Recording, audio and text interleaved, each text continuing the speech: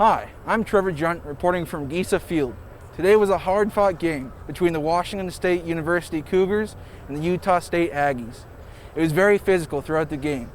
It was a low-scoring game in the first half. It was 6-5. The Cougars were up 6-5. And then the second half, there was more scoring. They were led by Jaden DeLora as Garantano got injured, and it looked like the Cougars were going to just win the ball game. They had that game in the wraps with about 7 minutes left. And then the Aggies came back and fought back. With some penalties on their side, they were able to score with 12 seconds left. This was the first game the Cougs have ever played in the officially named Gesa Field. The atmosphere with the fans back was wild, rowdy, but oh so joyous to have back. The fans caused 3 false starts in the Aggies' third drive, which backed them off the 1-yard line and forced them to kick a field goal. Blake Anderson's defense, led by Jalen Bannerman, who himself accounted for 1 sack and 2.5 tackles for a loss, brought a lot of pressure on the WSU quarterbacks, blitzing continuously throughout the game.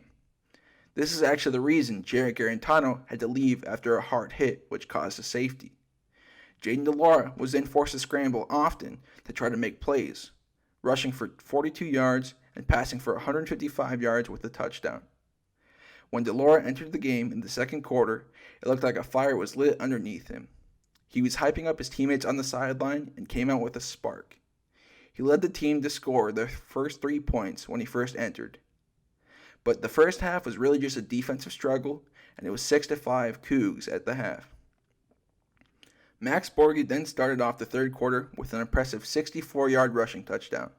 He closed out 3 different angles that the defense had on him, and straight up outran everybody on the gridiron.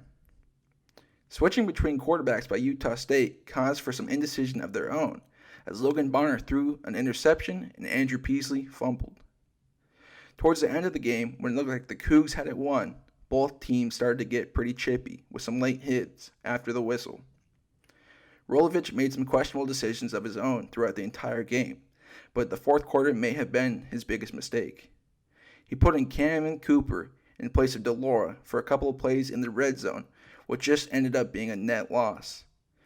This forced the Cougs to kick a field goal and to make it 23-11 with about 12 minutes remaining.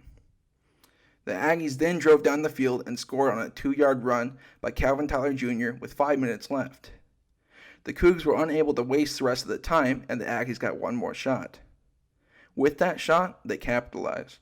Bonner then led Utah State on a 70-yard drive and hit Devin Tompkins on a 7-yard touchdown pass to win the game with 7 seconds remaining.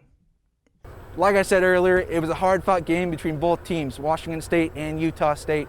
Washington State were heavy favorites, but just weren't able to execute on their plans. There was questionable decisions by both Blake Anderson and Nick Rolovich throughout the game, and then players weren't able to execute well.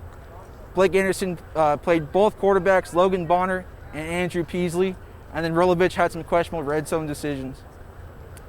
This is Trevor Junt. I'm reporting from Gesa Field, Cable 8 on Unorthodox Sports.